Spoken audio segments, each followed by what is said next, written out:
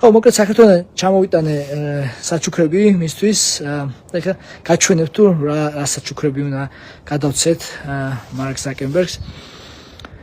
ეხლა გაჩვენებთ შევატყევებ კამერას. მოკლედ ჩვენი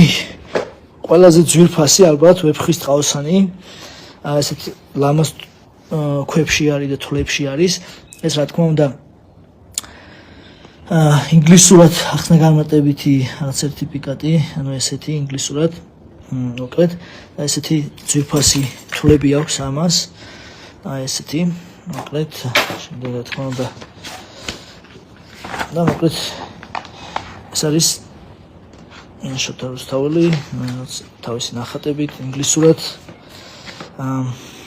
ასე შემდეგ და ასევე ჩვენი ანუ არგონავტების ნავი, რომელიც გოჩა ბაკურაძემ გაუმატანა ქუთაისელმა კაცმა. ესე იგი ეს მინიატურა არის რა თქმა უნდა ზარაფხანას მიერ დამზადებული ეს ნავი არგონავტების და ეს მინიატურა შექმნილია ბერძნული ლეგენდის მიხედვით ტროას ომამდე ძველი წელთაღრიცხვით მე-13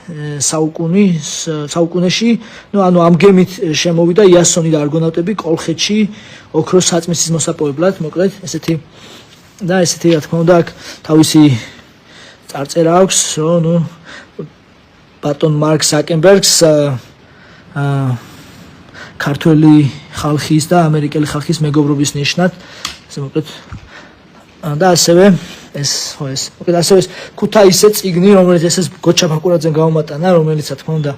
ხედავთ რომ ბაგრატის ტაძარი და ანუ ეს მოკლედ ქუთაისია ესა რა თქმა უნდა ჩვენი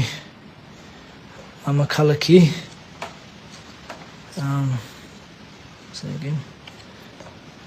აქ დავით აღმაშენებლის საფლავი გელათში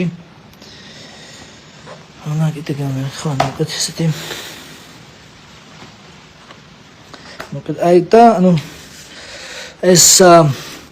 კომპანია GA Logistic-მა გაუმატანა წნორის ლომი მოკლედ ესე ჩვენი ერთ-ერთი საამაყო ეს სუვენირიც ზარაფხანას მიერ არის დამზადებული და ეს სუვენირი შექმნილია წნორის არქეოლოგიური